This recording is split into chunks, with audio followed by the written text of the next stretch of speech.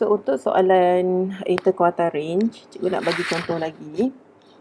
Determine the range and interquartile range of each of the following set. So kat sini senang je lah, range okey kan. Range maksudnya largest tolak smallest.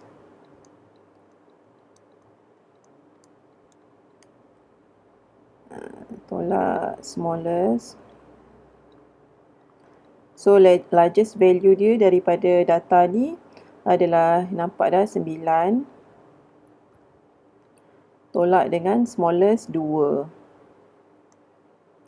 So sama dengan 7. Okay, untuk interquartile range kena cari apa nama tu? Third quartile dengan first quartile. Jadi untuk cari first quartile dengan third quartile, first kena susun dulu kan. Rearrange dulu. So bila kita rearrange the data, susunlah 2. Lepas tu ada, lepas 2, 3. Kemudian 4 ada 2. Kemudian 5 ada 2. Kemudian 6. 1 aja, 6. 7 ada 2. 7 ada 2, kejap. 7 ada 2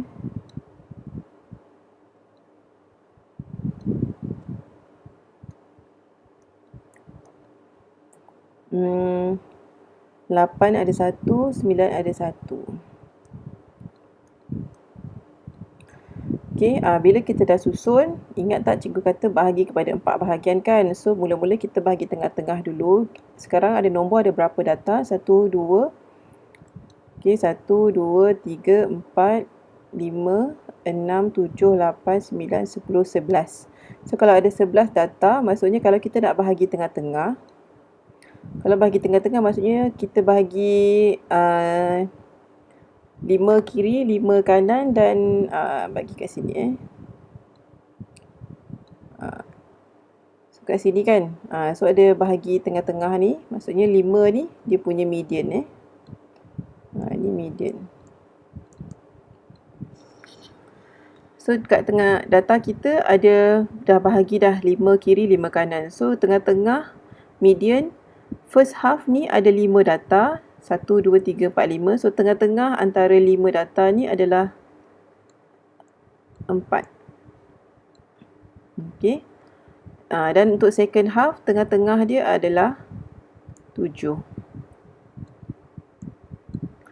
Jadi kat sini bila kita dah bagi tengah-tengah untuk first half dengan second half, ini adalah Q1 dan ini adalah Q3. Makanya kita punya interquartile range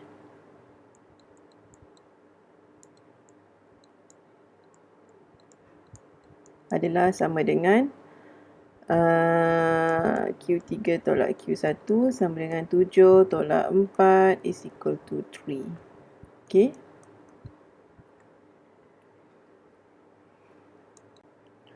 Untuk soalan yang kedua pula, kita cuba tengok dulu range. Okay, range adalah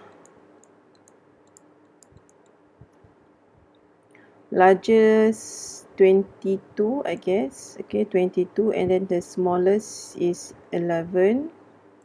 10. Ada tak lebih kecil daripada 10? Tak ada. So range adalah 22 minus 10. 12 So untuk IQ range kita kena rearrange dulu.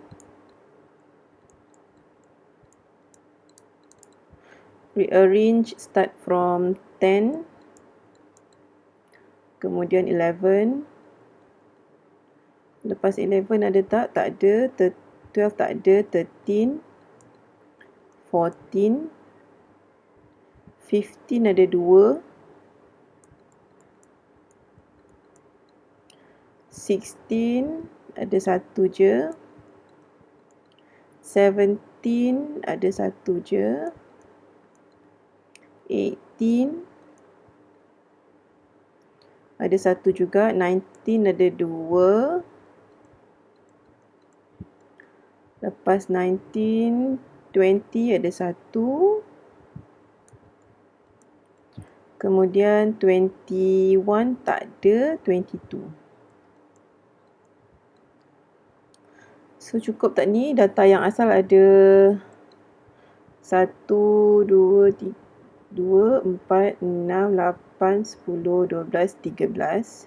2, 4, 6, 8, 10, 12, 13. Okey, cukup. So dah cukup dah. Kita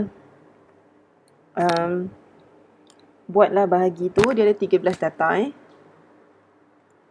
13 data. So 13 data ni maksudnya kalau kita bahagi 2 dapat 6.5 kan. So di antara 6.5 ni maksudnya data yang ke-7 lah. Tengah-tengah dia So 1, 2, 3 kita kira 1, 2, 3, 4, 5, 6, 7. So dekat 16 ni dia punya tengah-tengah. Okey, kita cuba tengok kan. 16 ni adalah yang tengah-tengah dia. Okey. So kalau kita buat 16 tengah-tengah, betul tak kiri kanan dia sama Ni ada 1, 2, 3, 4, 5, 6. 1, 2, 3, 4, 5, 6. Cukuplah, kiri kanan dah bahagi tengah-tengah dah tu. Tengah-tengah ni sangat penting sebab kalau awak tak bahagi dengan betul, nanti kan kuartal dia salah. So tengah-tengah ni adalah 16. So kita dapatlah ini adalah median. Okay, so maksudnya first half ni antara 10 hingga 15 ni, tengah-tengahnya adalah kat mana? Okay, 10 hingga 15 ni ada 6 data. So kalau 6 maksudnya kita bahagi 3 kiri 3 kanan lah. Okay, sini tengah-tengah ada. Dan untuk second half ada 6 data juga. So di tengah-tengah antara 19 dengan 19 ni. So kita dah bahagi kepada 4 bahagian lah. So ini adalah Q1, ini Q3. Dan Q1, Q3 ni dia in the middle between two numbers is in between two numbers. So between 13 and 14 is 13.5. Between 19 and 19 ni tak adalah 19 Jadi kita punya interquartile range sama dengan 19 minus 13.5. So dapat jawapan berapa? 5/5 5.5 sorry.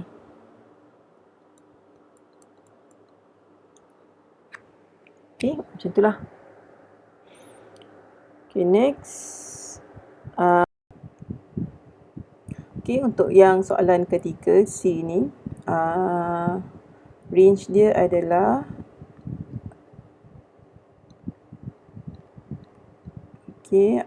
yang largest 2.8, smallest 2.2.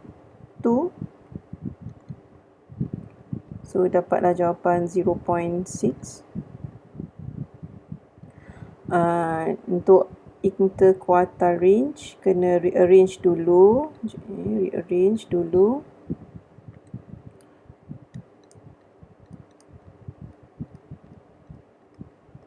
Rearrange dapatlah ni yang smallest 2.2.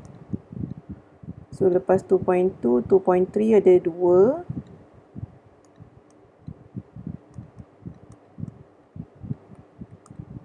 Lepas 2.3, 2.4 ada satu je.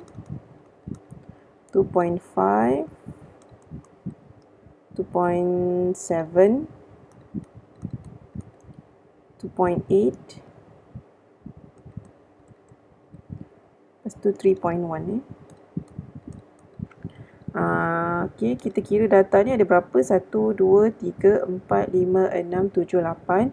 So kalau 8 data maksudnya kita akan bahagi kepada 4 kiri 4 kanan lah. Okay, 4 left and 4 right.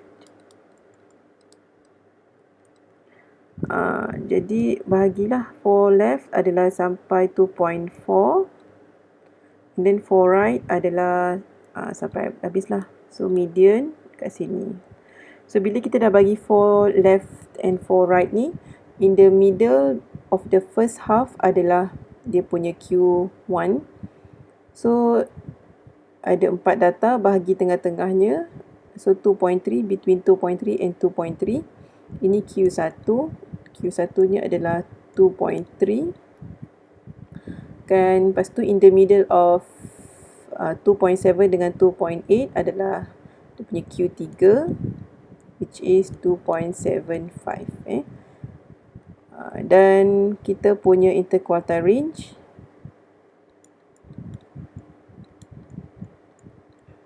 is 2.75 minus 2.3 is equal to 0.45.